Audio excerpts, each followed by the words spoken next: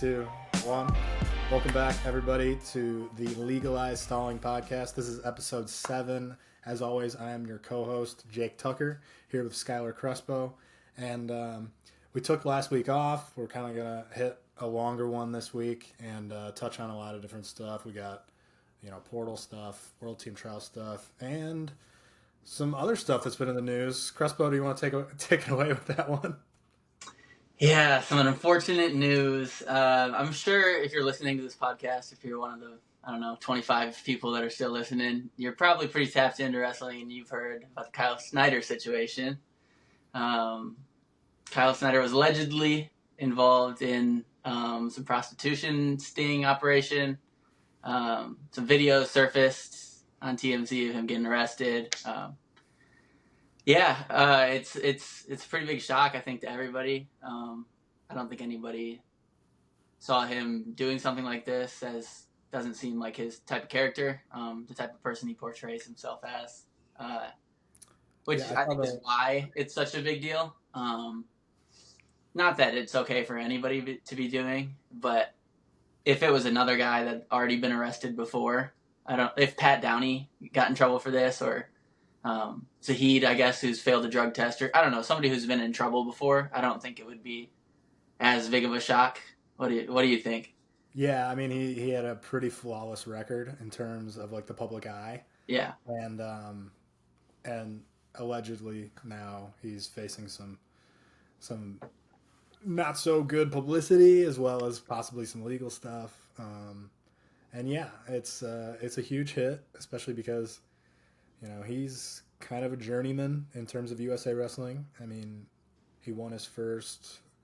He won an Olympic gold in 2016, and at the time, I think he was 19 years old.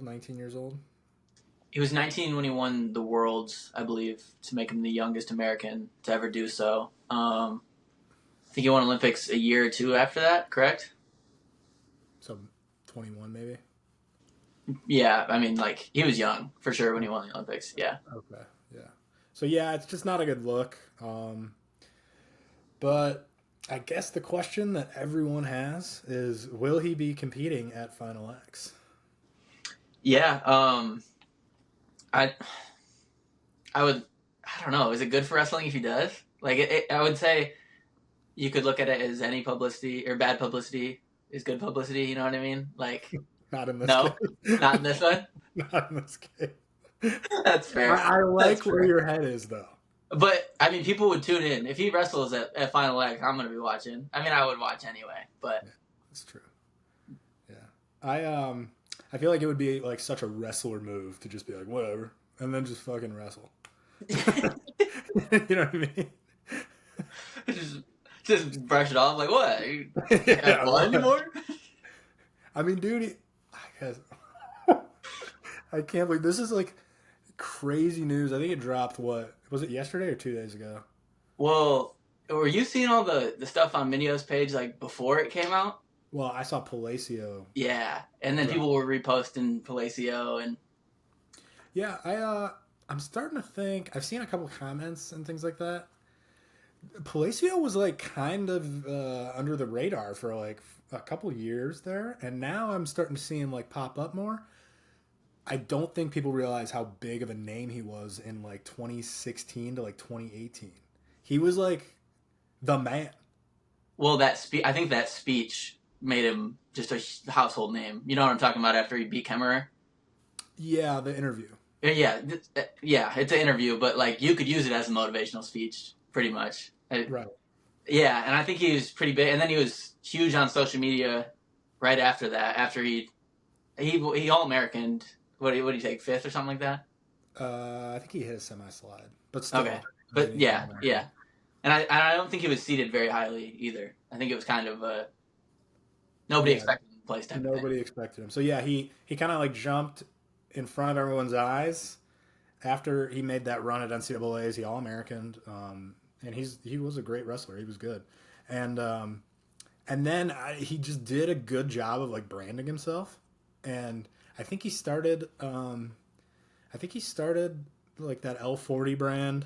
And yeah, Is he Bitcoin? Like he's involved in crypto or something, isn't he? Yeah, I think he was. Well, I know he was back then. I'm sure he is still now. But and then he's done a lot for kids. I think he owns like a nonprofit too that kind of like raises money to send underprivileged kids to camps.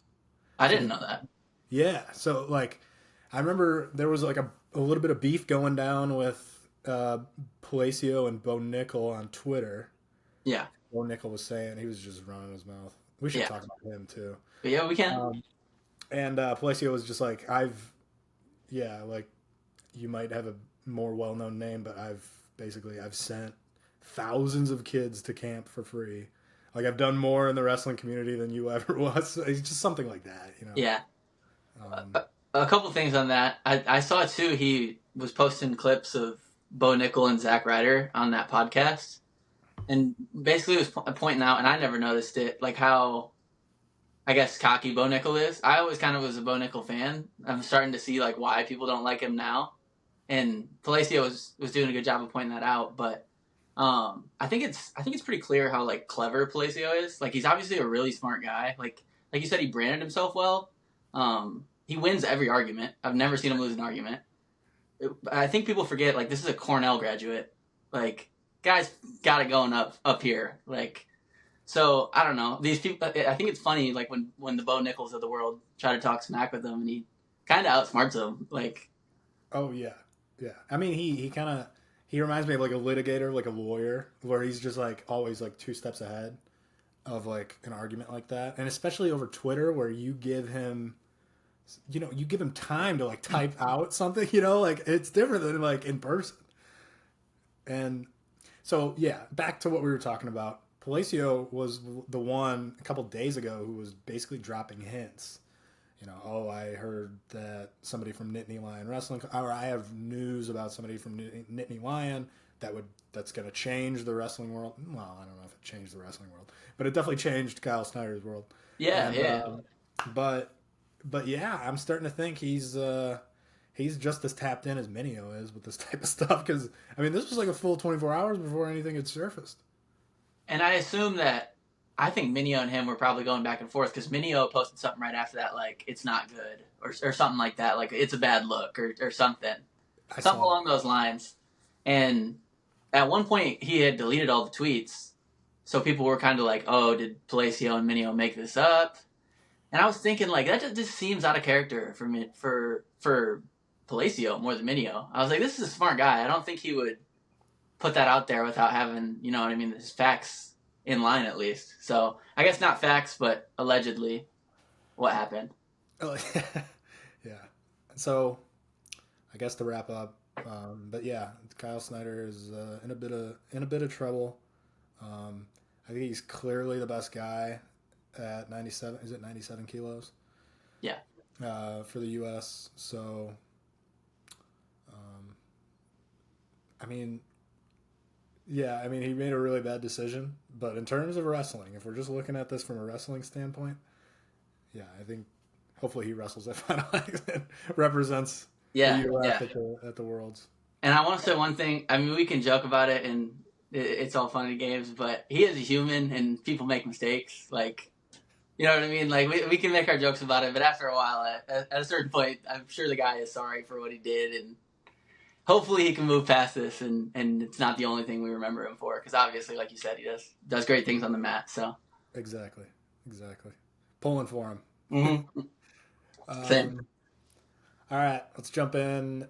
Topic number 2, the Rainey brothers, Jordan and I think it's Jaden. I believe so. They are announcing their commitment tomorrow on the Flow podcast, I believe. They dropped their top 5. I believe it was Illinois, Nebraska, Oklahoma State, Ohio State, and Iowa. I think you're correct. Yeah. And so my dad seems to think it's going to be Illinois. But you heard something different, right? Yeah, I heard people saying either Iowa, like the Iowa was a lock, but then I saw some people saying that they thought Oklahoma State swooped in at the last minute and flipped him. I did see Illinois too, but I thought people were responding to it saying like they didn't think Illinois had the NIL money to keep up with an Iowa or an Okie State. I don't know how true that is.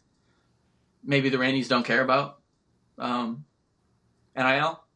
They're pretty close to University of Illinois, correct? They're Kentucky, right? Yeah, I think I might be mistaken here, but one of their coaches, and I think it's Medlin. I think it's Brian Medlin. Yep. He used to be in like the southern Illinois area. Champagne's kind of like up in the middle, a little closer to the middle at least. And I think he used to be down there, and I think the Rainies would travel to train with them. So I think that's where that connection came. And then I think also like they would work out there sometimes in Champaign. So I think that they've kind of built a foundation with them.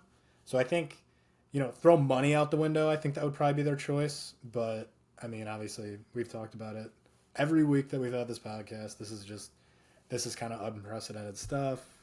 So obviously money is a big thing. Yeah. I mean, I didn't know, I guess they were that tapped in with Illinois, but I think like looking at a recent comparison, I think Marcus Blaze was training at Ohio State's RTC for quite a while in high school, and he obviously did not go to Ohio State. He's going to Penn State, so I think it goes to show that doesn't mean like he's going there, like you said. But I don't know. It's interesting. It's a 2-for-1. Like brothers are always good to get, I guess, for wrestling. You know what I mean? You can fill 2 holes. What do they project at? Probably 41, 33? Yeah. I'd like to say either 33, 41 or 41, 49 is my guess. That's what I would think too. One of them has a win over Jack's Forest at some point, does he not? Maybe a couple of years ago, but I think one of them is a little better than the other. Okay. I don't know, I'm mixing up the names, but I think it was maybe Jordan wrestled Jax in the finals of the Ironman this year, and it went into overtime. It was such a good match. If you have time, look up that match. It was awesome. Jax ended up winning in overtime. This was last year's Ironman? 2024, so December of 2024. The most recent one that happened, is what I'm saying? Yeah, I'll look it up after this. I haven't seen it. I think one of them was losing big at Fargo and like headlocked and pinned Forrest, I believe. But okay. I could be wrong on that, but I'm pretty sure. But obviously, like really talented kids. I think they'd be probably more of like they're obviously really huge names, but they'd be bigger names if Bo Bassett and Jax Forrest and some of these guys didn't exist in the same era as them, I think, right? Like, yeah, I think so. Yeah, so, it'll be interesting to see where they go. I would like to see them go to Illinois. It'd be cool. I mean, that's a program that hasn't got recruits like that in a long time. So yeah, Illinois balled out at Big Tens this year, and they had a national champ too. So, and they've gotten big recruits. I shouldn't say they haven't, but probably not Rainey level in a long time, right? Cannon Webster was a big one. Yeah, true. But he's an in-state guy. True. But yeah, that'll be interesting to see. Next topic number 3. Keegan O'Toole takes an assistant coach position at Mizzou. My first reaction, I was just kind of like, well, I think that'll be obviously great for the program. I mean, he's still a great name, or like a big name. Yeah. He did a lot in college. 2-time national champ, right? Yeah, 2-time champ, 4-time finalist, right? And then a third? Or no, because because he lost in the semis to Carr. So he took 2 thirds. 2 thirds, 3 finals, 2 national titles, I believe. Yeah. So 1-1, 2-3-3. No, 3-1-1. Oh no! I just meant altogether. Oh yeah. Year wise, yeah, I think he got third, and then 2 national titles, another third, and then a second, right? Yeah. Yep. Yeah. Okay. So, and I think they have an RTC there, right? Yeah, I assume so. Yeah. So hopefully he keeps competing too. That'll be cool. Yeah. That was the first instant thing I texted you, is that I'm worried that it's going to cut his competitive career short. That he might, maybe, because he seems like he'd be a good coach to me. I don't know.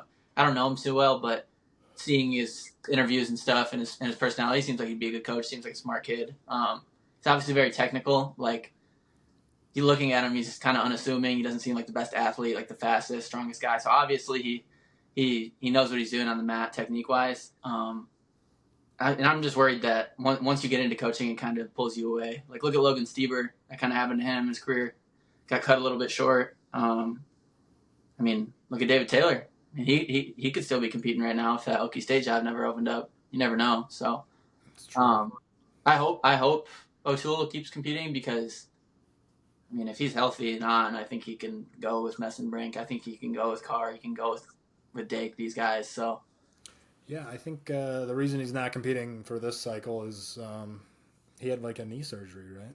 Yeah, I think he was competing on a torn ACL this year. Yeah, I heard that as well.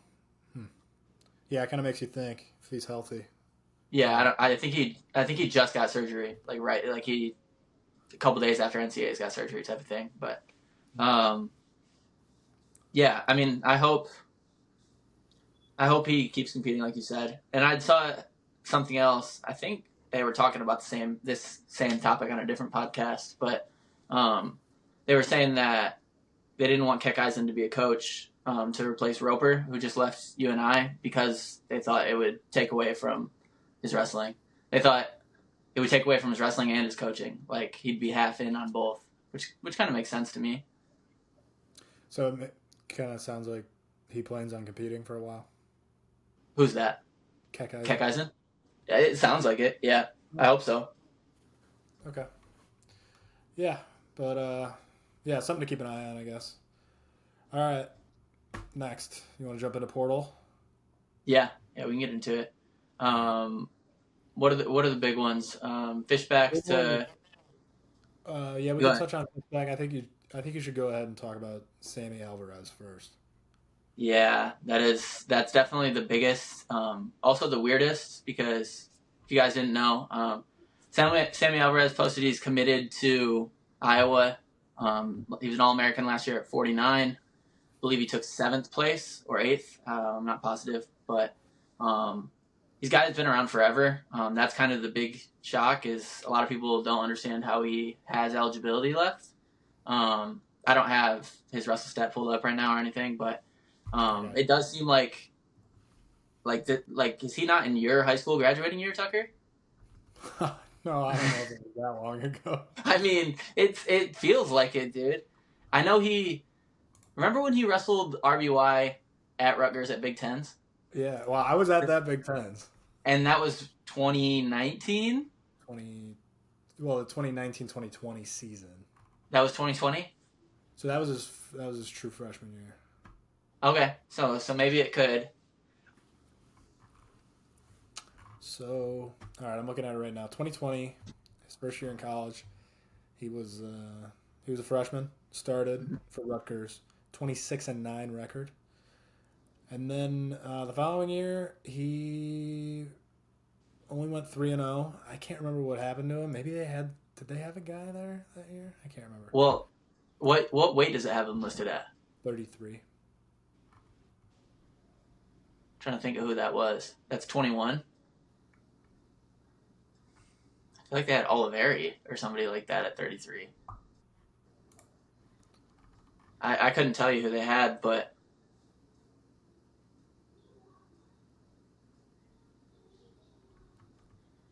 to continue while Tucker's looking, it seems like Alvarez is committed to Iowa as long as he gets this year of eligibility, but Iowa has also not posted like a signed thing, so it seems like it's still on the fence. Here's where my head's at. It's either Sammy Alvarez is not the brightest guy in the world, and I don't know who he is, so I'm not going to say that. But it's either that, and he did this way too quick and announced it, and maybe, I don't know. And then, or my other train of thought is he's been told that he has another year of eligibility and that they're just kind of going through the process. And maybe they told him not to say anything, and he did anyway, or I don't know, something like that. But I don't want to think that this kid Sammy would do this without knowing. Right, right. But at the same time, saying you're committed, I mean, it's not official. You know what I mean? It's one of those things that's like, you know what I mean? Like, it's not, that doesn't say he signed anything. That just says, like, I plan on going here. So, weird fit to me. Like, what weight's he going to go? 57? I mean, him or Williams goes 57? Yeah, it just doesn't make any sense, really. I don't know if we've talked about this on this podcast, but have you heard of the Caliendo moving down and the whole everybody shifting down for Iowa's lineup? Yeah, I did hear about that. Do you think they're going to do it? Well, who was at 65 for them this year? Oh, yeah, so Caliendo comes down to 57. Who was at 74? Kennedy. So he would go 65? Well, he was at 65. He's gone 65. Yeah, he's gone 65. And then Gabe Arnold 74, Ferrari 84. Oh, yes. I bet Just to it's get Gabe Arnold in the lineup. Yeah, get Gabe Arnold and Kennedy in, and Ferrari. And I'll say this, too, like, if Caliendo can compete how he did at 65, he's going to win 57, I would say. Now, that's a big if. He's never wrestled 57. He's got to make the weight and compete the same way. But Messenbrink looks pretty unbeatable right now, right? Like, yeah, I don't think no one's unbeatable, right? And I'm sure Caliendo doesn't think that way, but from an outsider's perspective, 57 seems easier to win than 65. Yeah, the Caliendo Messenbrink thing reminds me. Do you remember a couple of years back when Brandon Sorensen and Zane Rutherford wrestled each other probably 10 times? Yes. And it went the same way every single time. Well, and then that one time Sorensen almost beat him. Well, and Caliendo kept it close. You know, it's always like, you know. Yeah, I get what you're saying. But, yeah, so looking at his wrestle stat right now, back to Sammy. Yeah. 2020 was his first year. 1, 2, 3, 4, 5, 6. So this would be his 7th year. So, yeah. That's what I mean. Like, he went to high school with you. I mean, I'm exaggerating, but it's interesting, man. Because if he gets a year, then doesn't it seem like that opens the door for a lot of people to get a lot of years, right? Yeah. Oh, unless they could maybe turn one of these years into like a red shirt, technically, because like a medical. Yeah, because the year at Oklahoma State, he only had 10 matches. Yeah, then maybe That's not okay. Whatever. Let's move on. Yeah. Dylan Fishback, who was at North Carolina State, 2-time blood rounder, entered the portal. Just announced, I think last week, he is going to the Ohio State University. Yeah, he's Ohio kid originally, correct? So it kind of makes sense. I don't know if. I mean, I get it. I mean, you fall short in the blood round 2 times. I can understand one, like being pissed off. You know what I mean, and wanting to leave. Is that always the right answer? I don't know, but hopefully for Fishback it is. It's a good get for Ohio State, that's for sure. Is Fishback 74 or 84? 84? 84. It's kind of funny. Their 74-pounder, that Singleton kid, was an All-American. Yeah, he's good. So maybe he's going up, is what you're saying? No, but it's like... You're leaving a good partner? Yeah, well, you had a good partner, plus, like, the partner... Yeah, like somebody... Yeah. Right. Yeah, I get what you're saying. That replaces Rocco Welsh in the long run, correct? Well, is it a full replacement? I feel like I'm hating on... I feel like you guys think I'm hating on Fishback right now. I'm not. No, I didn't. He's good. I didn't necessarily mean a 1-for-1 replacement. I just meant a starter. Like, that's gonna, you know... Yeah, it'd be interesting to track down the whole carousel for the whole year. See, you know what I mean? Like, you get what I'm saying? Like, yeah, I'd like a visual aid. Yeah, that's what I mean. Like, okay, the reason that this person is here is because let's go back 7 steps and see. Yeah. It's actually because Jory Volk transferred to Minnesota. No, I'm just joking. I guess we could jump into... Yeah, no, that plays into that. Yeah. So Cooper Flynn, the 25-pounder from Minnesota this year. He actually was a transfer from 2 years ago. He was at Virginia Tech. He transferred to Minnesota. Had a decent year. Did an All-American. In this offseason, Minnesota picks up Jory Volk, All-American out of Wyoming, in the transfer portal, who's a 25-pounder as well. And you got to think Cooper Flynn was maybe a little upset. And so he hit the portal again, back-to-back years. And what? and then I think he committed to Tennessee Chattanooga. Yes, he did. I think he's like Georgia. From Tennessee, isn't he? I think he's from South, like the South somewhere. But Georgia. Georgia. Yeah, it kind of seems like he keeps getting beat out by just a little bit because Flynn's good. Like he's I don't know, around a 16, around a 12 caliber guy, I would say. I don't know exactly how his NCAA finishes have gone, but top 16 guy roughly in the country, and just gets beat out by Ventresca basically at Virginia Tech, and then he heads to Minnesota, gets 1 year, and does an All-American, and then they bring in a former All-American. So kind of getting the short end of the stick, in my opinion, which kind of sucks, but is what it is. Hopefully he can ball out for a smaller program like UTC. Yeah, so he's from Tennessee, but he wrestled at it looks like a boarding school in Maryland. Oh, okay. So, first time I've ever heard of that. But yeah, it'd be good to see Cooper Flynn. We got anybody else? Make a run next year. Rafael Hippolito from Virginia Tech. Yeah, I think I alluded to it on a different podcast that somebody said he was going 65 because they were bringing in Ethan Miller. This was at Virginia Tech when Hippolito was there. He's obviously not leaving. Me putting 2 and 2 together, I got to think he wants to stay at 57 maybe and doesn't like that they brought in Ethan Miller. Or, I don't know, maybe him and Ethan Miller butt heads when they meet. I don't know what the situation was, but I think those two are probably connected. Be interesting to see where he goes.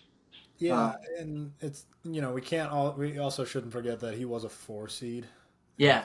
I think he went like 1 and 2. Right. So that might be a little discouraging. Definitely. Do you know where he's from? I'm sorry, I keep making you look up things, but we talked about his judo background in a different episode. He's from Brazil originally. But... Okay.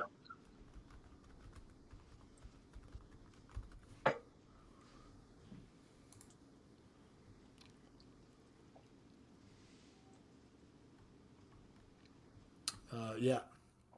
So he wrestled high school in Virginia. Okay. He's from Manaus, Brazil. Yeah, you gotta wonder where he ends up. Multiple-time Brazilian Jiu-Jitsu world champion. That's crazy. I'm guessing age group world champion. Yeah, right. But still, yeah, you wonder if he ends up at like another ACC school out there. Maybe like UNC. Seems like they got some money and some good stuff rolling behind them with Ferrari and Cherokee and those guys we've talked about before. Hepner, obviously Cole and the guys, but yeah, if UNC picked him up, that would be a hell of an off season for them. Yeah, and I'm trying to think. I think their 57 is not a stud. Santiago kid, right? And it's just hard for me to keep track of years because like he's my age. I got to think he's close to done. I think you're right. And even then, I think Hippolito's the better guy there by a decent amount.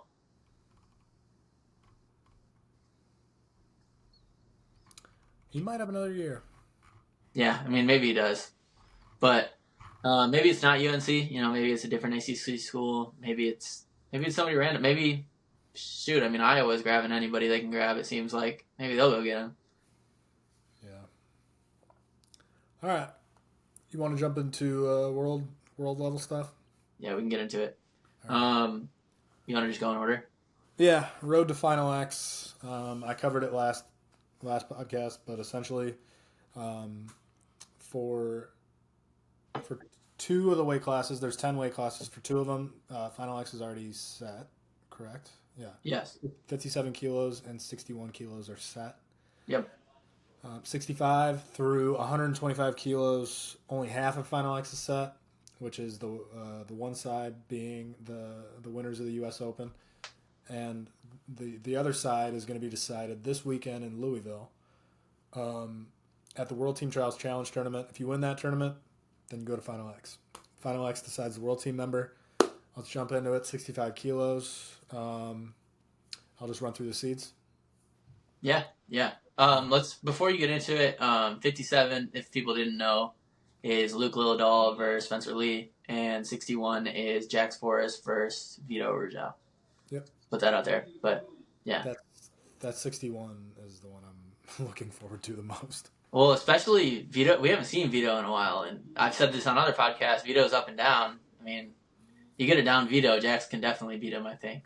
You get up Vito, maybe not, but I've talked to a few people about it, and they all say the same thing. They all initially say, like, well, Vito is so... And then they'll be like, but damn, dude, Jax looks good. Yeah. I mean, but also when like Vito in the finals versus RVY, like I don't know if anybody on the planet's beating him.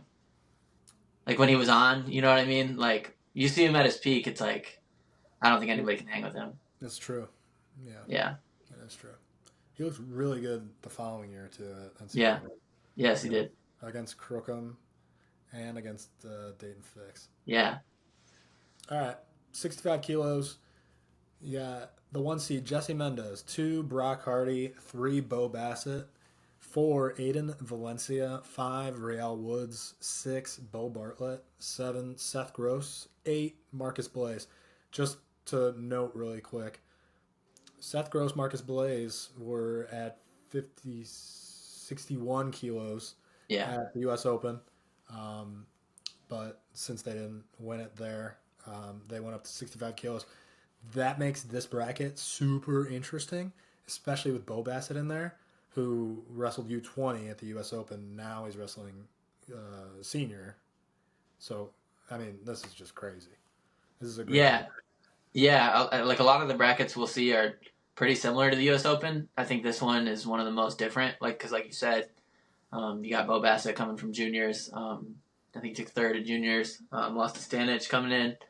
And then the two guys you mentioned. I mean, it's going to be... All these matches are going to be close again. It's going to be hard to predict a winner again. What do you think? I mean, actually, I know what you think. I don't even know why I'm asking you. Should we do or you know what? Let's skip a draft for this. Let's do a draft for Final X. Perfect. But yeah, I got my boy. Yeah.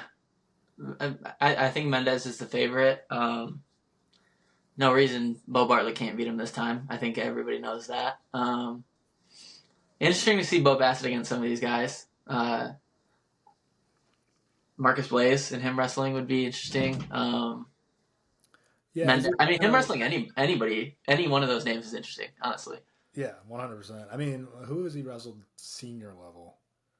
Ashnell was the... And Kolodzik were the two that we saw last year. Yeah.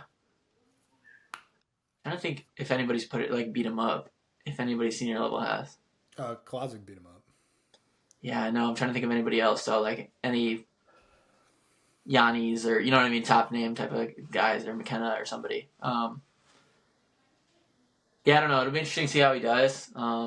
Interesting to see how Marcus Blaze does at this weight, because I think he could be their 41 next year at Penn State.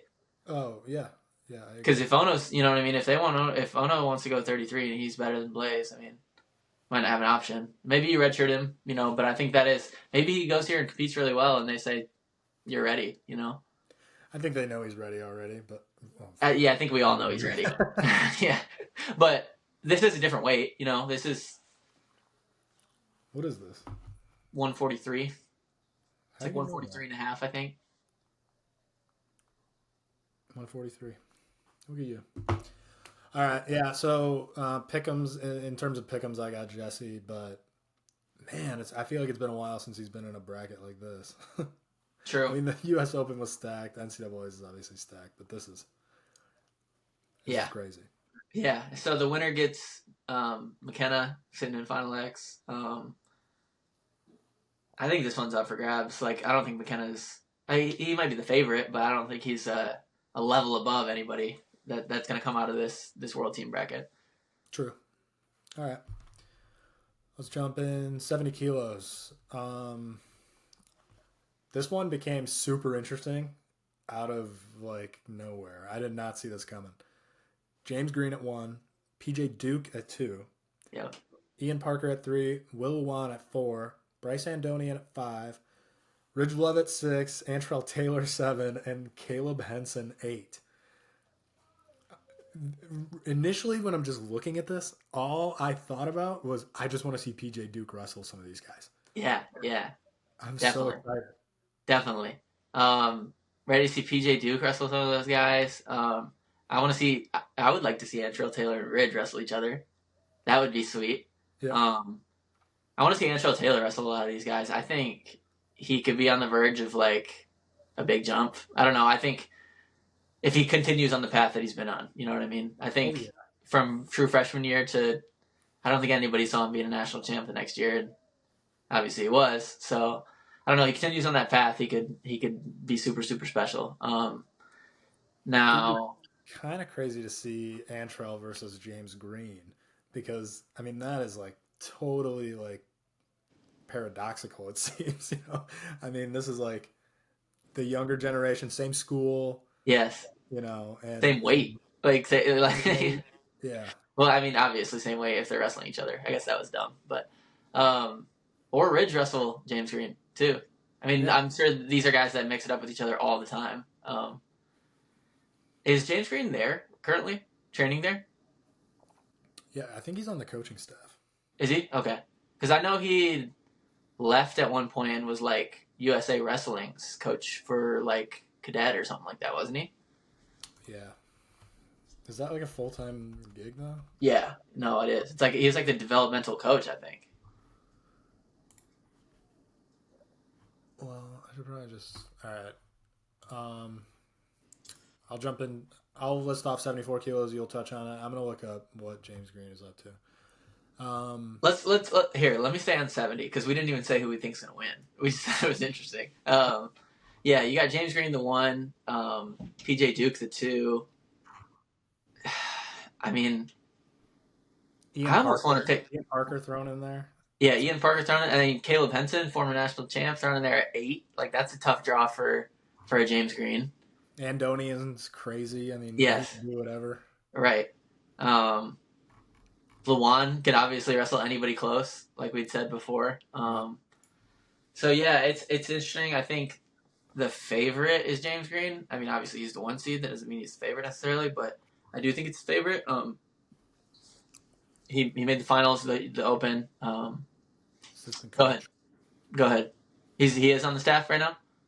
Okay, so yeah, he's obviously mixing it up with those guys. Yep. Probably this week, honestly. I don't know. Do you think? No, they probably stopped wrestling with each other, right? You gotta think that they stop. But who do you go? I mean, they have guys. They have Peyton Robb and. Yeah, dude, their whole lineup came out of nowhere. Yeah, Minto. Yeah, true. They definitely have guys, but I don't know. I want to see those guys wrestle each other. I kind of want to pick like Ridge or Antrell to win, but I don't know. Some of them like I don't. When's the last time Ridge wrestled freestyle? High school, maybe. Yeah, I don't know. I know that Antrell wrestled in the U23s last year. Yeah. Was he in the U20s? I think he's probably in the U20s. He probably was. I think he was because he wrestled Shapiro, didn't he? Yeah, Meyer. He lost to Shapiro, I think. Yeah. Yeah, I don't know. I kind of want to pick like Antrell Taylor to win it, but I might look stupid. Yeah, I think my recency bias is keeping me from picking James Green. Nothing against him. I mean, I think he's like obviously kind of a legend, Yeah. In USA wrestling, but he's on the back end of his career, right? So, I don't know if I want to say PJ Duke is going to win. He is a 2 seed, but yeah, it would be super cool to see Antrell win it. I'm gonna keep it at Antrell then. That's what I'm gonna do. Gotta go with gut. Yeah, that might be a risky one. Picking what is he, the 7 seed, the 6 seed, something like that. 7, yeah. Yeah. All right. 74 kilos. At the 1, we got David Carr. 2, Quincy Monday. 3, Jarrett Jacuse. 4, Michael Caliendo. 5, Terrell Barraclaw. 6, Peyton Hall. Oh, damn. And 7, Joey Blaze. Did you hear 6? I said 6 was Peyton Hall. No, I didn't hear it, but thanks for saying it. Sorry about that. I guess I didn't realize Joey Blaze was entered in this. Do we think he's going up 65 then? Because the other weight is 70, which is 154. I mean, that is a little bit below 57. Maybe he just doesn't want to make the weight. Did he qualify for this through the NCAA's? Had to have. Because he wasn't at the U.S. Open, was he? I would have. No, he wasn't at the Open. We would have talked about him. Probably. I assume he qualified for it through NCAAs. And it's probably, I don't know, the more I think about it, it's probably just him not wanting to make 154 when 157 is already probably a decently tough cut for him. So yeah, I would. Yeah, because his frame is big. Yeah, he's long. He's tall. Yeah. Yeah. I don't know, how did Barraclaw do at the U.S. Open? I'm in my head going into the U.S. Open. I thought maybe he could make a run, but I can't remember what he did. I want to say he took 5th, but I think that might just be him taking 5th in NCAAs. Okay. But I think he placed at the U.S. Open. In my mind, I feel like I saw an Instagram post of him placing, but I could be wrong. Who's your pick? You go first this time. I'm gonna go David Carr. Yeah, that's what I was gonna go to. Yeah, it'll be David Carr probably. Quincy Monday, you said was a 2, right? Yeah, I don't think Caliendo. The last time they wrestled, I think Carr put it on him. I mean, that was a while ago, I believe. I want to say Cy-Hawk duel. Carr's last year of college, I want to say Carr majored him. Yeah, I think Carr's probably a pretty clear favorite here. We talked about him a couple weeks ago. Obviously, coming off that win off Takatani this spring. Just lost to Messenbrink in the finals of the Open. Did you watch that match? Yeah, I watched it after we did that last podcast. It was crazy. Yeah. And we said it was going to be crazy too. Fair. We did call that. Yeah. I majored him 16-4. Yeah, that's what I thought. Yeah. I think Carr's the clear favorite. I think Carr, I said this last time, I still think he can flip the script on Messenbrink. I don't know if it's as easy. I don't think it's simple or easy necessarily, but I think it's possible. Like, I don't think they're in different tiers, I should say. You know what I mean? Yep. All right. You want to go up? Yeah, do you want to talk on Zhamalov, since we're on 74? Yeah, sure. Is that how you pronounce his name? Yeah, I think so. That's how I've heard others pronounce it, at least. Okay. Well, Rosenbeck Shamalov, 74 kilo Olympic gold medalist in 2024. He is not going to be competing at the World Championships. He is set to undergo knee surgery. So, obviously, hope he has a good recovery and all that stuff. But kind of opens things up at 74, assuming he was going to go 74 at the Worlds. So, whoever our representative is at the U.S., whoever the U.S. representative is obviously, that's good news for them. Yeah. Hopefully, I think our best shot's probably Messenbrink as of now, or maybe Carr. But yeah, it's great news for both of those two. Not that you want a guy to get hurt or anything, but yeah, I don't know. It just opens the door. It seems like for 74. So yeah, on to 79. Yeah, sure. 79 kilos. 1, Levi Haynes. 2, Dean Hamady. 3, Simon Ruiz. 4, Carson Karshla. 5, Muhammad McBride. 6, Kennedy Monday. 7, Ethan Riddle. 79 kilos, sitting in Final X is Evan Wick. And kind of surprised Hamady didn't get the one. Right. And Haynes got it. It is that's got to be based off of Olympic trials results, maybe. I don't. It's got to be a freestyle result of some sort, right? I can't remember the last time Levi. I mean, he wrestled at the Olympic team trials, but I think he went 0-2. Where did he beat Keegan O'Toole last summer? And that was in freestyle. I think it was. Was that not or was that Olympic Year Worlds? Like the. Oh. You're right. You know what I'm talking about? Non-Olympic weight world team trials. Yes. Okay, yeah, you're right. He beat Keegan O'Toole there. I remember, and then he lost to. I think he lost to Carr. Yep, I think you're right. Who was the representative at that weight? That was Jordan Burroughs. Yeah. Okay. All right, that clears it up, I guess. Yep. Okay. But that means that Dean and Levi might meet in the finals, so that should be cool. Yeah, definitely. I still don't understand why he would be seated above him. Because, I mean, Dean just made the finals of the U.S. Open. You would think that should be the auto 1 seed, in my opinion. Like, guy that laced it up and wrestled. I think he should get credit for that.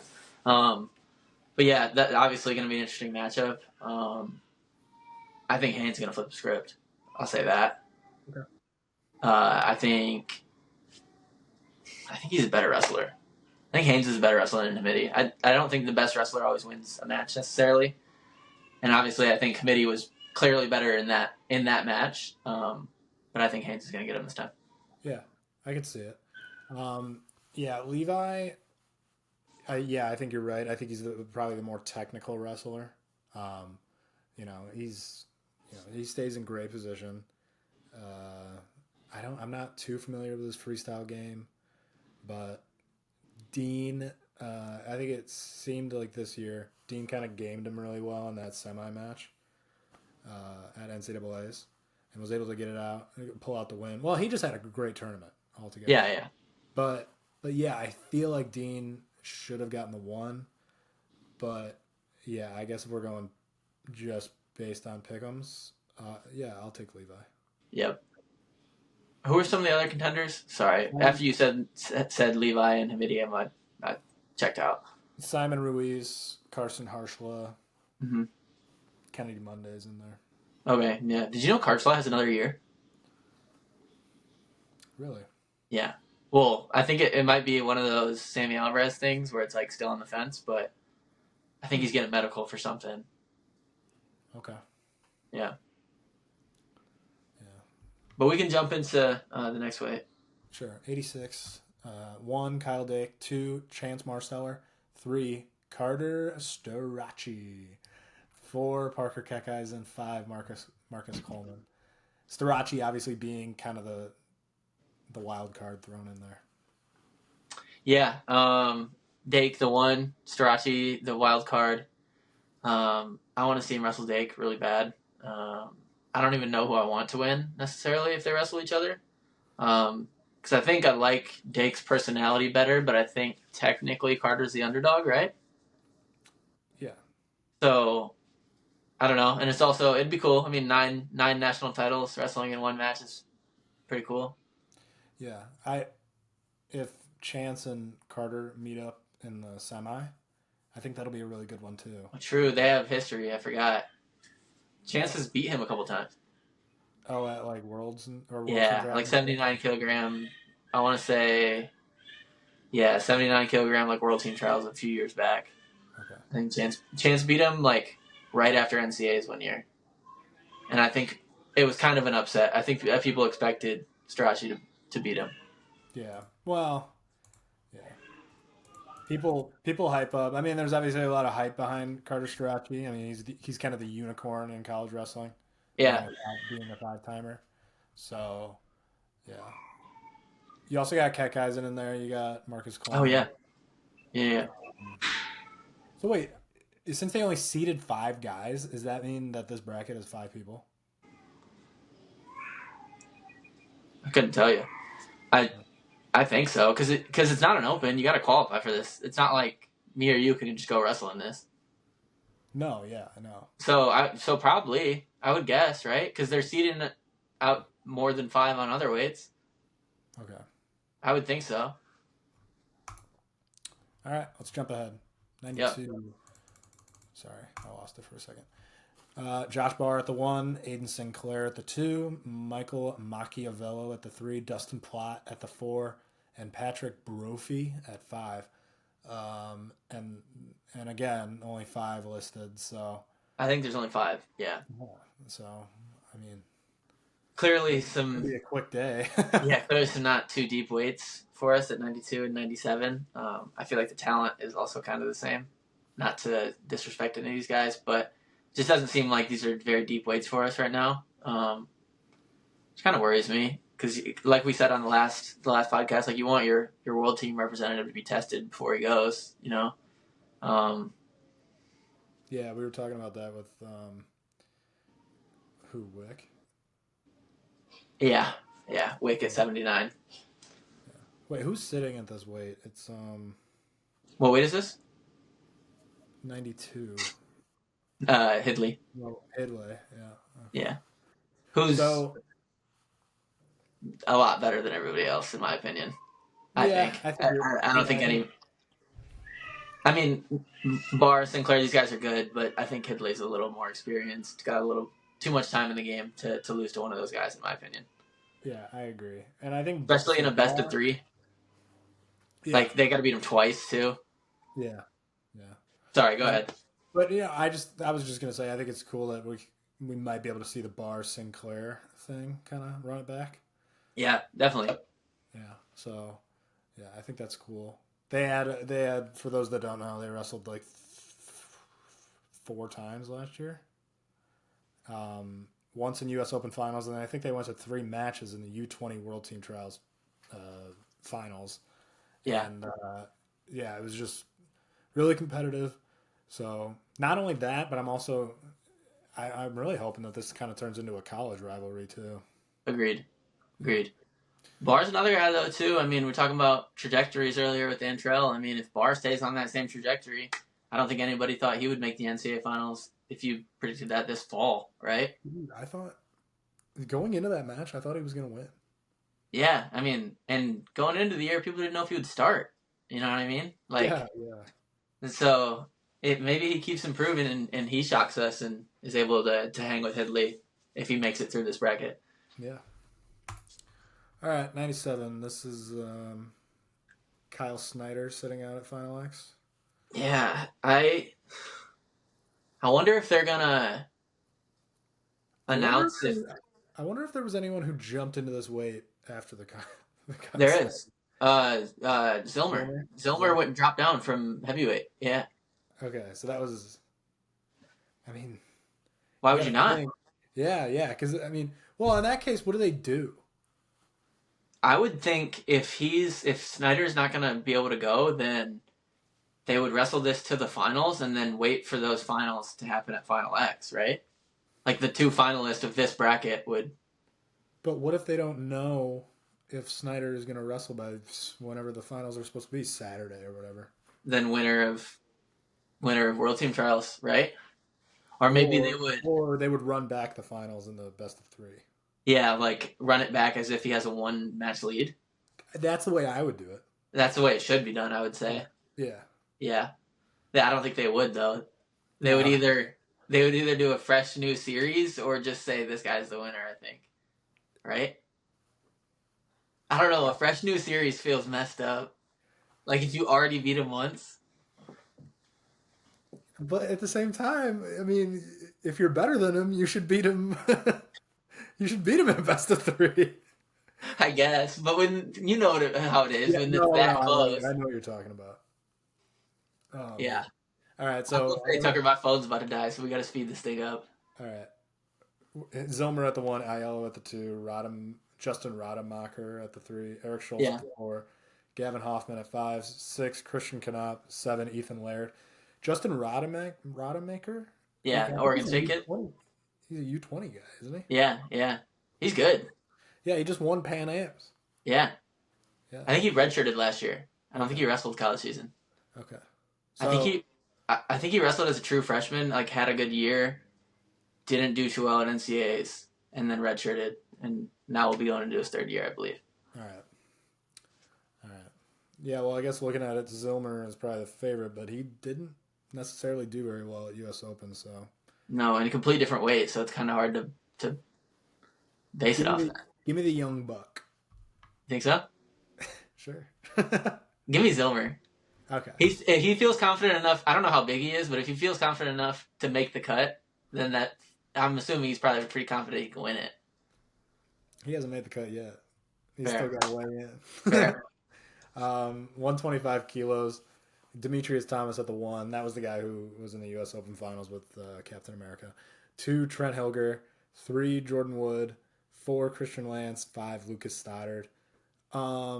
Yeah, it's probably going to be either Hilger or this Thomas guy.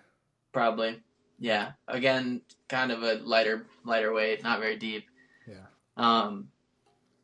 Yeah, it'll probably be. I'd like for it to be Hilger. Like we said, Michigan guy, got to root for him. It'll probably be him or Thomas. I think either one's probably going to get bombed by Captain America. Did you see him almost murder that guy at Pan Am? Did you hear the announcer? What? Did you hear the announcer? What? No. The announcer said "Holy F" on the broadcast. He said F-U-C-K or F? No, he said. I'll quote what he said. He said, "Holy fuck! It's Wyatt Hendrickson." Yes. Wait, who was? Excuse my language, but was it UWW or Flo? Flo posted it. I'll send you the post after this. Damn.